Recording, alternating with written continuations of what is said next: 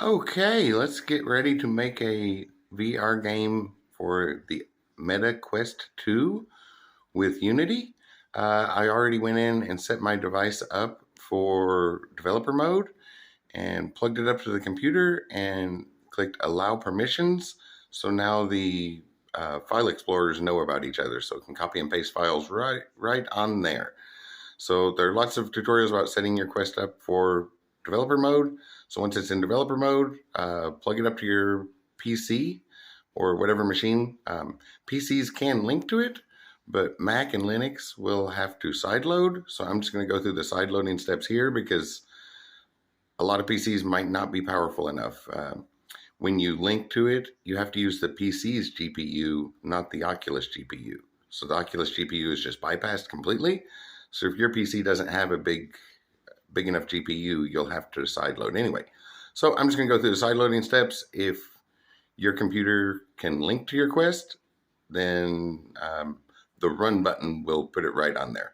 But we'll go through the steps for sideloading it because that's what most PC users that don't have a big fancy gaming computer and all Linux and all Mac users will have to do to get a game built on Unity over to their Meta Quest 2. Okay, so the obvious first step is to install Unity. Over here, I have a Unity editor installed with a build for Android. Oculus and by extension Meta, as well as Valve VR systems are all Android devices. So make sure you have the Android package in your Unity install, and you can add it later if not. Then you're ready to create a new project. And the very first thing that throws a lot of people off is right down here. Unity has a template for starting a new project called VR, but don't use that. That's for a device that went nowhere and they just never removed the template, basically. So you just want a regular 3D game. And most of our development is a 3D game, standards for 3D games. There's just a few configurations we have to change for VR. So the hello world, the basic configuration check, y'all might be familiar with that from other places in software development in general, where when we make a basic program, we print the words hello world to the screen very first thing to make sure that everything's configured correctly with the language. With machine learning, our hello world is to recognize written numerical symbols, the digits, have the AI spot numbers. And with VR, our hello world is a bowling app. That's sort of become the standard configuration check for VR games. So let's set up a quick bowling game here so we can confirm everything is configured right, and then once everything's configured, then it's normal 3D game development. We will see the only small differences between normal 3D game development for like a PC or for a console or a PC or a website, or all of the ones that Unity can make. There's only, once we get everything configured, there's only one slight change we have to worry about, and that's our controller, the orientation of the controller. We'll see that in a second. But give it a regular 3D project, give it a name, and create the project. And I will pause the video while the project gets set up. Okay, it only took a couple minutes for Unity to set up the new project. So we're ready to start setting up our game configurations. So to do that, we'll go to Edit and Project Settings. And with all the available settings down at the bottom, as long as you're after 2021 or later in your Unity version, you should see the XR plugin management. If not, you'll have to download that from the App Store, or the Asset Store, sorry. Thinking of the wrong device. If you don't see XR plugin management, either update to a newer editor, and there have been improvements made along the way, or go to the Asset Store and look for it. And we'll install that real quick. which shouldn't take too long. When I was getting ready, it didn't take long. There it is. Okay, so you'll see Oculus right there on the list. So that's probably your first thought. And right below it is OpenXR. And this has become the standard library for multiple devices. Oculus is included in the OpenXR library. So go ahead and on the PC tab, select OpenXR.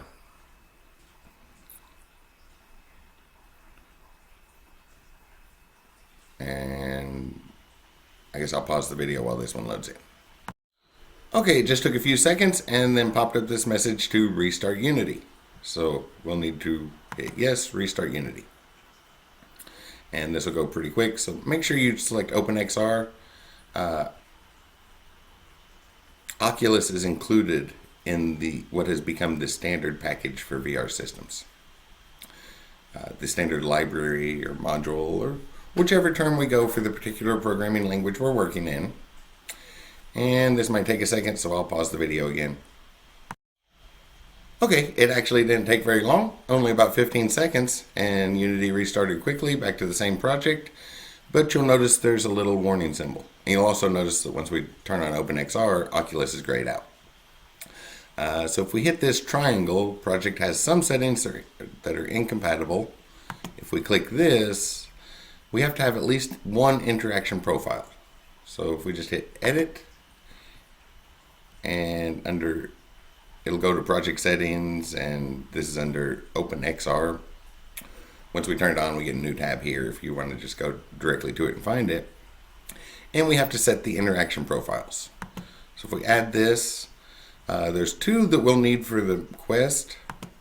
We'll want the eye gaze and Oculus Touch.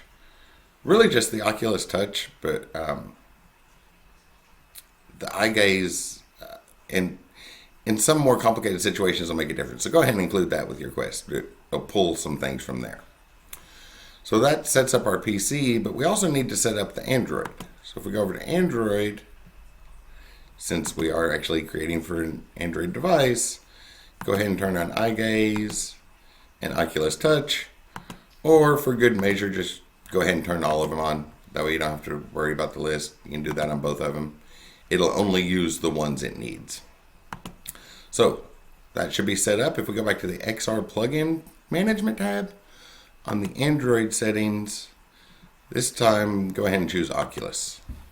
If you're going to a Valve or a Steam VR system, make sure you choose OpenXR at that point, or the one appropriate for your whatever VR system you're creating it for. But I'm going directly to Oculus, so I'm just going to select that, and that gets us started, the basic editor set up to work with this. Next thing is we need to actually activate our packages.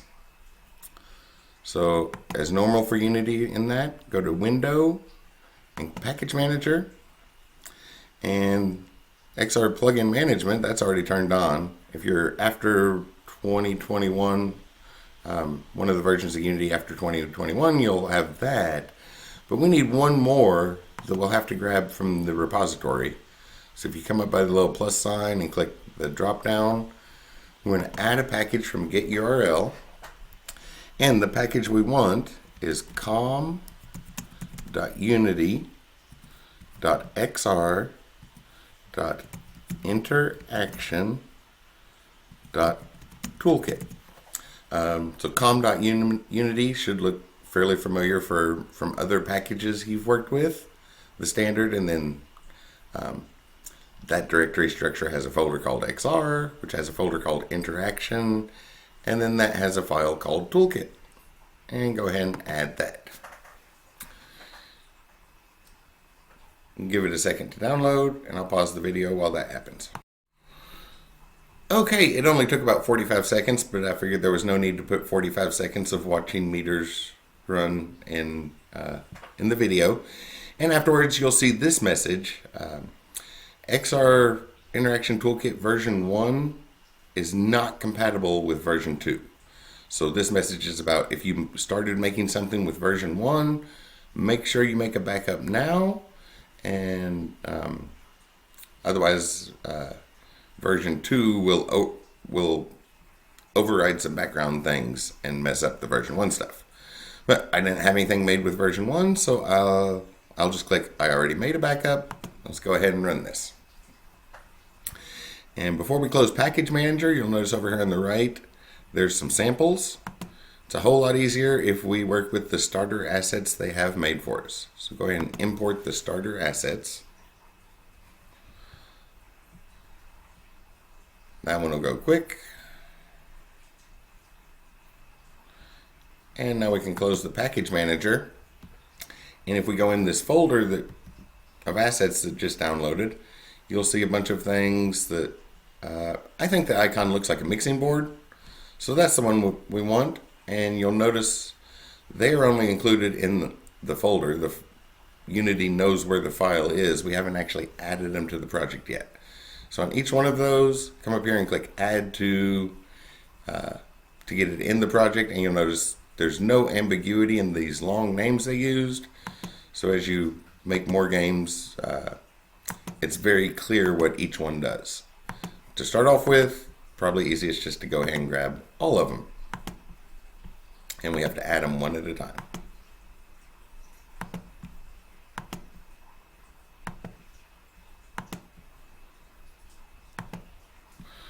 All right, so now we have all the pieces to start working in this. One more slight change if we go to, after adding all of those, if we go back to Edit and Project Settings, under the Preset Manager, we now have some presets for this.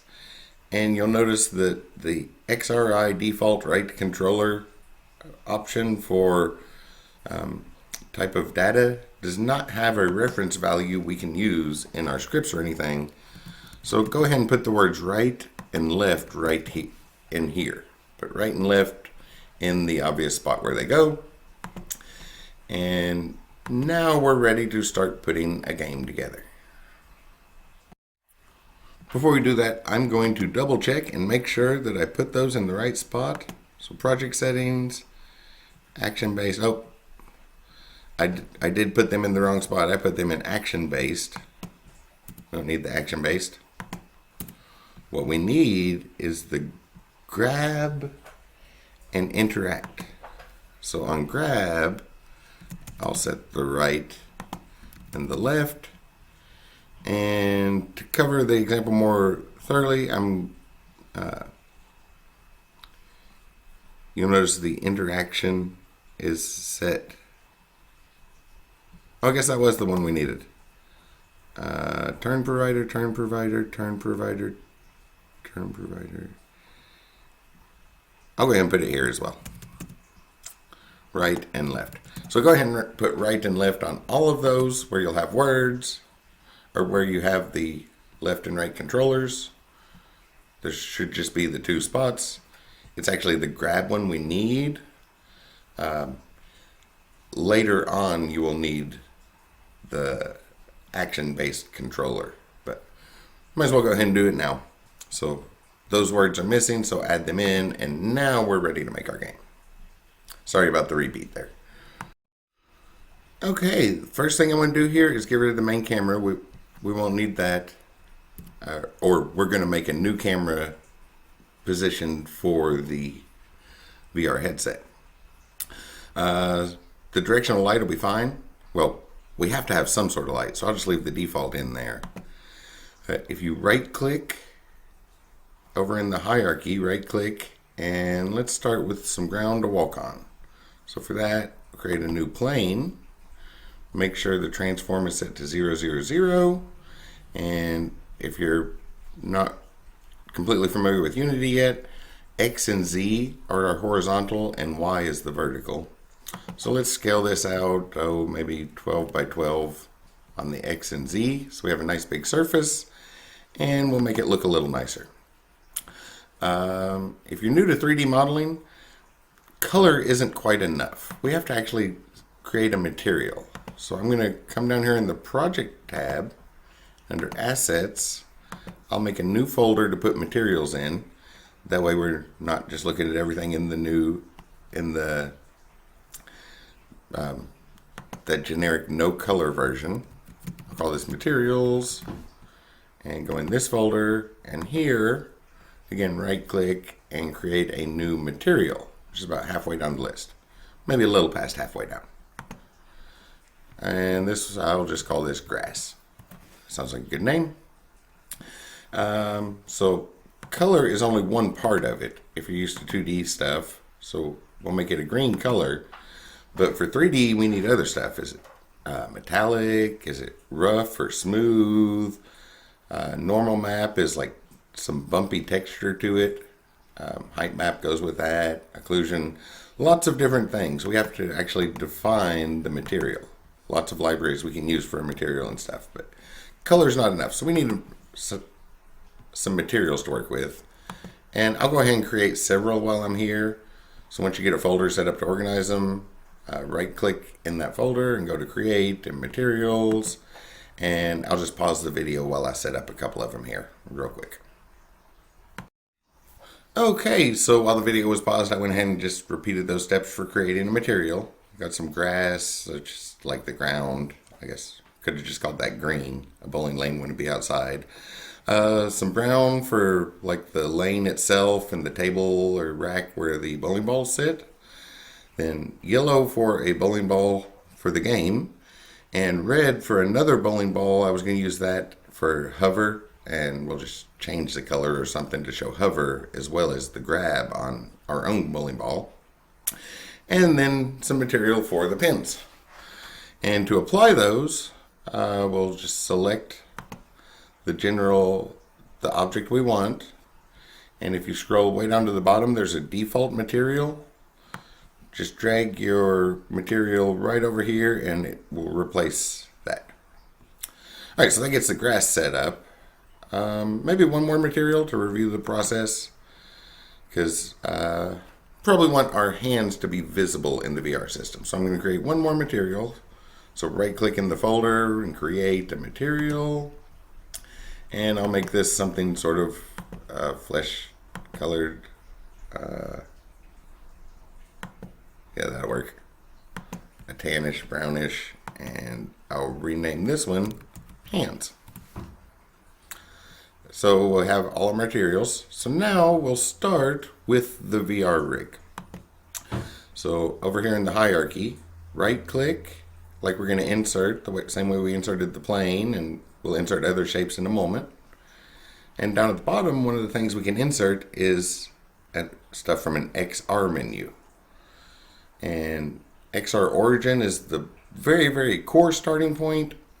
XR origin with something in parentheses. Depending on your version, this has changed a couple times. But you'll see XR origin or XR origin with something in parentheses. So grab the one that has things in parentheses. And I'll just keep that name.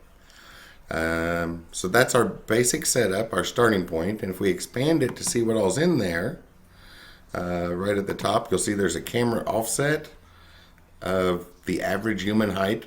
So I guess that's a little shorter than the average human height, but there's some sort of height in there. If we expand that, you'll see we have a main camera. That's why we deleted the main camera, the default main camera, and then a left-hand controller and a right-hand controller. If I double click on them so we're zooming in, you'll notice there's not really anything there. So I like to add shapes to make them visible. So I'll right click and create a 3D object. I'll put a sphere on the left hand. So a little sphere to represent where the left hand is. And it's a little big here. You'll want to try around with different numbers. I'm going to put 0.2, so roughly 20 centimeters. That's still pretty big for a hand when we get in there. And if we scroll down a little, so that's the position, rotation, scale, all our transform data. If we scroll down, you'll see there's also the collider. The boundary of it it's still set a little bit bigger. So maybe set that for 0.2, the same size as the sphere, make it a little easier to work with, and bring over that material that should be sort of skin colored. And to help keep things straight for a later video scene, on the right hand, normally I would do both of them as spheres or something, but on the right hand I'll go ahead and put a cube. That way we can tell which one's right and which one's left very easily. So I'll set it to 0.2 in each direction as well. Same thing on the collision, the boundary of where the computer thinks the edge of that box is. We probably want it to match the graphics we're actually looking at. So set the scale and the size to the same thing basically. And then we can drag in the material so that it has a nice little color to it. So there's our hands, and if we look at the controllers, you'll notice that there's a XR controller component and an X-ray interactor. So the interactor is going to be important.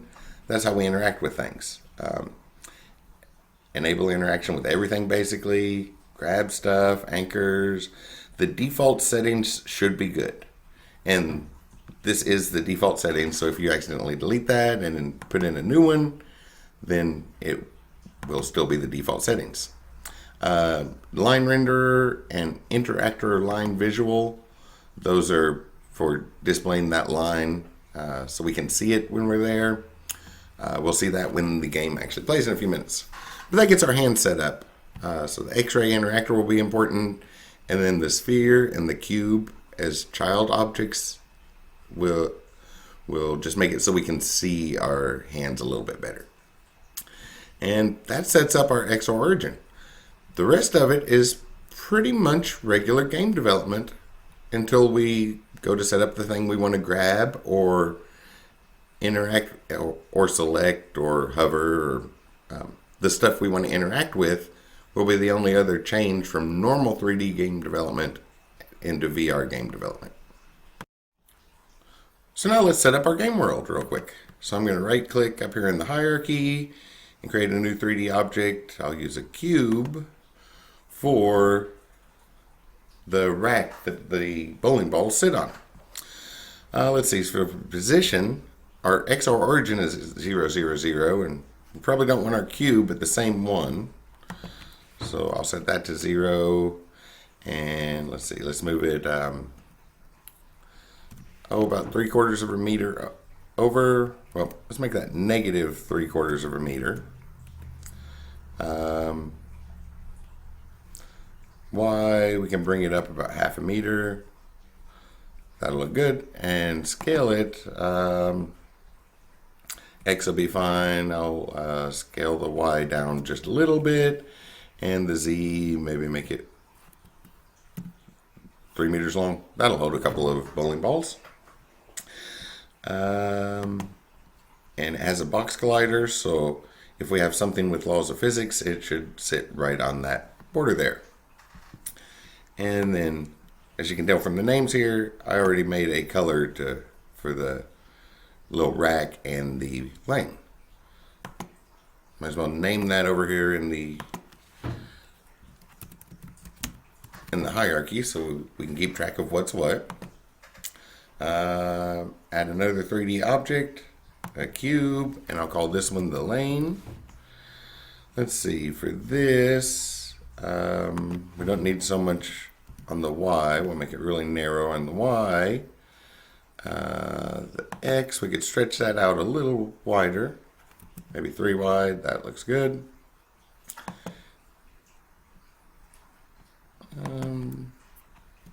Maybe not so tall.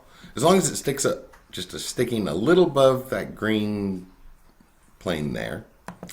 And for Z, maybe stretch that out by 9. If I remove that forward, can make that a little longer. Let's say 15. That might be too long. Let's split the difference and call it 12. That'll work. I'm just guessing at numbers there, getting that starting point, and then some refinements can be made later. Now I'll add in the lane material. So there's our setup. We'll have some bowling balls sitting on the rack, and one of them will be red, and when we hover over it, it'll change colors just to show the hover interaction. And the other one will be yellow, and that one will actually be able to grab and throw down the lane to knock down some pins. And that's going to be sort of, we'll need some physics in order for that stuff to happen. So let's get the bowling balls set up now. So let's start with a couple bowling balls here. So I'll make a new 3D object, insert a sphere, and I'll call this not mine. And maybe scale it down a little bit. 0.75, 0.75, 0.75. And if we zoom in, find a place to put it on the table. Oh, that's probably still too big. Maybe let's try 0.5. Half a meter is still a pretty big bowling ball, but I think our hands are actually bigger than we'll need them to be as well. So just bring this in here and set it sort of right above the table where it's not embedded in the table. We're going to apply some physics to this, so we don't want it embedded in our rack, but just right above it. That way it's not going to bounce around when gravity takes effect. Well, this one won't really have gravity taking effect, but our other one will. So to make a duplicate of that, with it selected, push Control D, and you'll see over here we got a duplicate. So I'll rename this as my ball and move it just slightly down so they're beside each other. And I guess a good start is the materials on them. So we'll set up the not mine material and select our ball and add some colors. That way we're not looking at that generic color. And our ball will need physics applied to it. So to add physics, we need to add a component and search for rigid body. Should show up on the list pretty quickly. This is 3D, so obviously we need a regular rigid body control, which has the laws of physics. It's a bowling ball, so you could make the mass a little bit higher. Might be a good idea. I'm turning the drag way down and use gravity, and that should be good enough for the physics on our bowling ball. This other one doesn't really need physics. That's just, we're not going to throw the other bowling ball. So I'll scroll out, got our bowling ball ready, and almost ready. We still need the pins to put down here. So I'll just do some simple cubes for the pins. So I'll create a new cube. Bring it down here about the end of the lane. I'll look straight down from the top and get that centered on there. Let's see, how big's a bowling ball gonna be, a bowling pin gonna be? So horizontal, let's say 0.2 by 0.2, and for the vertical, maybe 0.5? Oh wait, that's how tall the bowling ball was. So 0.8. That's a pretty big bowling pin. If I scroll back around, we can see it now. I'll move it down close to the lane, but again, not embedded. Bring it forward a little, just some sort of starting position. And the bowling ball will also need some physics applied. So take these three numbers, 0.2, 0.8, 0.2, and that's probably where we want the boundary of that to be as well. Make sure your boundary and the actual box are the same size. That hopefully makes sense. Bring in the material for the pin, and we need physics, so we'll apply another rigid body component. And the pins do not need gravity, so go ahead and hit the checkbox to turn gravity off. And that should be good for our bowling pins for now, except that we probably want more than one. So I'm going to put the first one somewhere right around the middle. That looks like the middle of the lane. And then I'll push Control D to duplicate it. Bring it up. Maybe not that far. Bring the next one out just up just a little and over a little. Control D. Put our next pin in. Control D. And I'll add a third row the same way.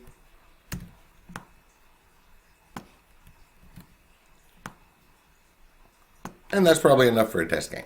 So I'll push Alt and zoom back around. I forgot to plug up my regular mouse. That makes it so much easier than the little touchpads. So there's our setup. And all that remains is to be able to grab the bowling ball. Because we have physics on both of those, so once we grab the bowling ball and throw it down the lane, the physics will take over and momentum will carry it forward, and the higher mass should knock down our pins quite easily. That's all in regular game development issues. So to make it so we can grab it, I'll go to My Ball, and we'll need a new component here. We need an interactable. We saw on the hands, let me point at it again. On our hands, I'll just click on one of them, we have an interactor, so that's our controller. That's what interacts with things. And on the stuff we want to interact with, we need to add an interactable. So we'll search for that. See a bunch of XR, direct interactor, grab interactable. The one labeled My Ball, definitely want to be able to grab that. So I'll set a grab interactable. And for grabbing, the default is a good start. You can read through the list, and they were not ambiguous when they set up the names and the labels. So it should be clear what everything does. But the default settings will work right with the MetaQuest 2. And for the other one, just to show our other main type of interactable, if we write down here, we also have simple interactable. And on a simple interactable, it's collapsed now, but this is where we would set up event-driven programming issues. So you'll see different types of events we can have. Hover. So I'll just do a hover for the example. So there's nothing on entering the hover. So when we enter the hover,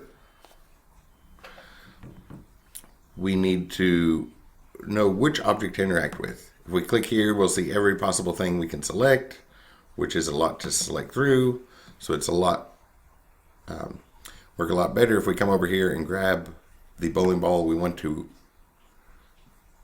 interact with.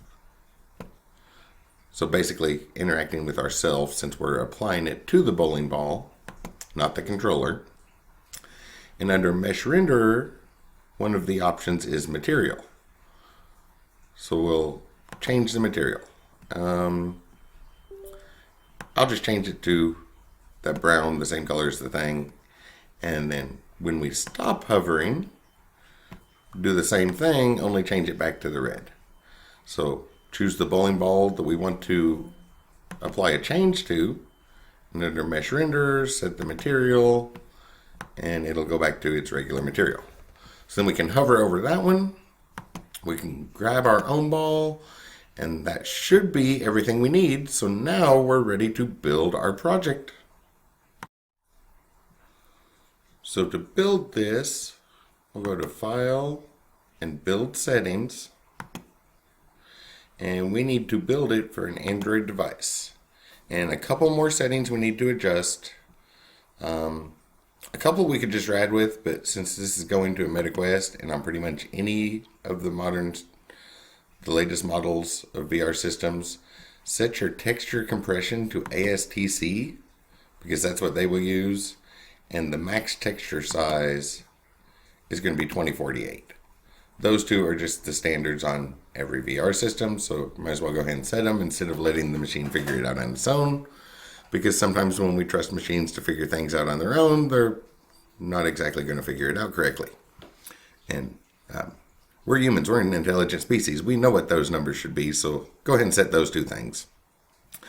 When you're finished and ready to deploy it on one of the stores, Google Play, Amazon Store, the Meta Store, then you'll want to check that box. But for now, we can leave it unchecked. We don't need the zip drive. And run device is what are we building it for? So you can switch that to all compatible devices. You might remember we set it to Oculus on Android earlier. So if it's going for Android, it knows it's Oculus, and in general set to all compatible devices. Otherwise, it'll only detect the one currently plugged in. That should be good for build settings. The texture compression, just go ahead and apply that since we're humans and we know what it is. And don't leave the machine to guess on its own. But the big one is set your run device to all compatible devices. And you'll notice up here in the scenes, there's nothing added. So add the open scene. So now we have a scene there. And we can switch platform. And this will take a few seconds. So I'm going to pause the video. Okay, all the needed components installed and ran.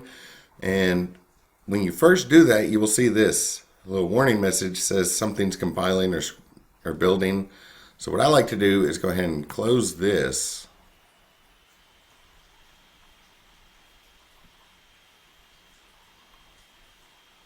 Well,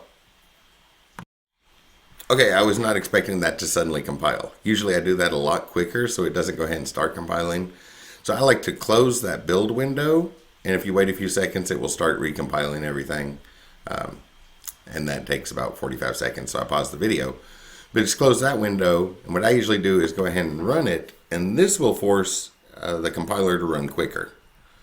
A quicker compiler. You'll probably see this warning message. Obviously, we didn't set up teleport. It's all built in. That'll show up in a later video. This one's probably already long enough. Now that everything's compiled, if we go back to build settings, we should see our build button. So we can go ahead and click that. Choose a place to keep it. I have a little scratch folder where I keep things. So I'll call this bowling. And go ahead and build it. Oh, yes, save first. So save the project and then it'll start building it. The first time it will take a very long time. And every time after that, it'll be a whole lot quicker. So I'm going to pause the video while this first one goes.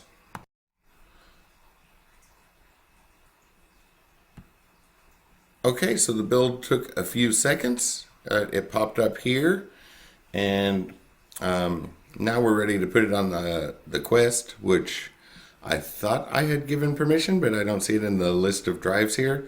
So I need to hop on Quest and give it permission real quick. Sorry about that, thought I did that beforehand, but you can see now that Quest is one of the drives. So I will just copy this APK that was built. So copy that. Come over to the Quest 2 and put it on the drive here somewhere. I'll just go in the DCIM folder. That'll work. So now we're ready to hop over to the Quest and I guess the moment of truth on the game here. See if this worked or not. Okay, so here we are over in the Quest. Got the recording started and copied that over to the File Explorer. So if we go to App Library, and under unknown sources, there's another thing that needs installed on the MetaQuest first. You'll need to sideload CX File Explorer or sideload your game. I use this because this File Explorer has an APK installer built in. CX File Explorer has an APK installer, so all we have to do is copy the file over, and then this will install it. However, that is most definitely a developer tool, not an average thing. So they're worried about the average person getting a hold of that. So it's not available on the Play Store, but you can get it from apkpure.com. just download it and install that. And then it's a file explorer with an APK installer.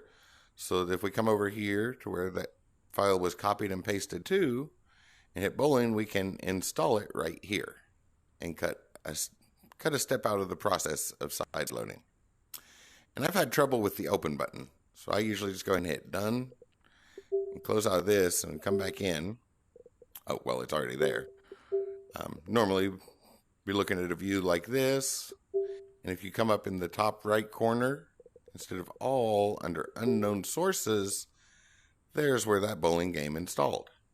So, moment of truth, let's see if there was any errors along the way. Click on that. And very shortly, we should see the Unity logo. Okay, good. If you see Unity on like a flat panel, like you're looking at your browser, then that means you need to go back in and set Android to Oculus. All right, there's our bowling balls. And if I hover over that, there's the hover, so it's where the thing's pointing at. And obviously select would be point and click. That's our simple interactable. And for our ball, I'll reach over and grab it using the grab on the quest and give that a roll. Whoops. Oh, that's not going to hit the pins. I'm not very good at bowling in real life either. Let me quit the game and restart that. Let's give that another try. So come in here, unknown sources, go to bowling. Sorry about that. I'm not very good at bowling in real life either. Not quite that bad at bowling, but if I take it and roll it. Whoop. Ah.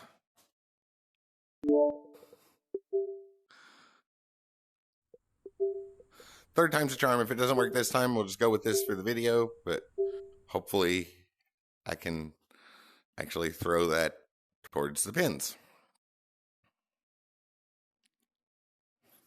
Reach over and grab it.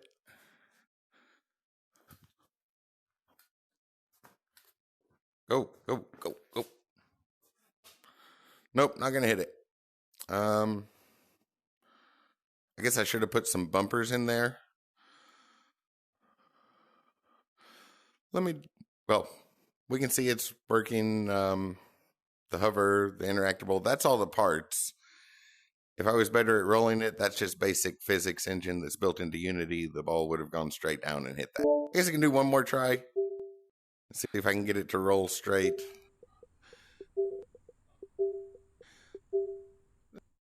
Adjustments that can be made, which would be regular 3D game development adjustments, as far as mass and drag and all of those things.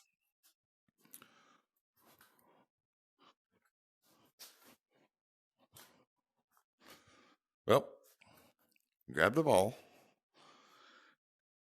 2, 3.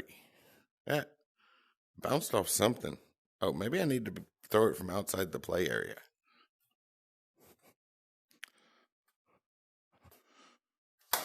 Whoop! Definitely something in front of me there. Well, that's going to cause a problem. Can I pause the recording? I think it's going the right way. Well, I was going to try to roll the ball slowly and then restart the video, but the ball rolled exactly the way it was supposed to. Let me try playing the game again. Let's see if this works. I'll probably mess up the throw again. It should start like last time. Okay, there we go. Game made with Unity. Grab it and yep, of course I messed it up. It went great that one time when the video wasn't running. Oh. I'm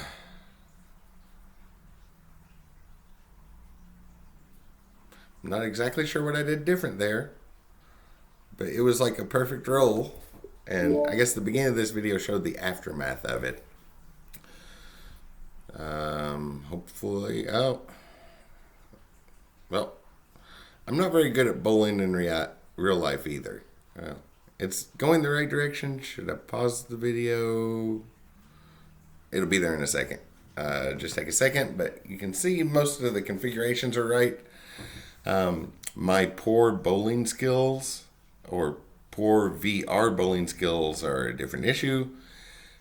Some fine adjustments could be made, but those adjustments would all be regular 3D game development. There we go.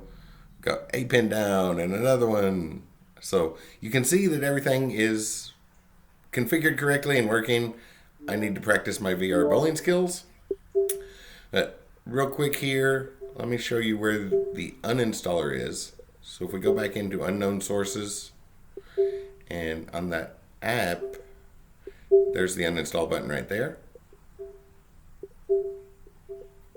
Because that's going to happen a lot when debugging. And in CX File Explorer, there is a delete button. So hit the checkbox, and you got your delete at the bottom. And if you don't check this box, there's a recycle bin. So go ahead and check the box, hit OK, permanently delete it. That's going to happen a lot when debugging a game. And that's the configurations for setting up a game for MetaQuest 2 with Unity. So it's mostly a configuration thing, and I have a world like this one that was downloaded when I set up the Quest for the first time. That's all background items, and then you'll set the interactable, the things you can grab or select or hover with your controllers, and yeah, set up the rest of the world. Other stuff is just 3D background, spend a little time, make it look nice, and that's the process. Y'all have a great day.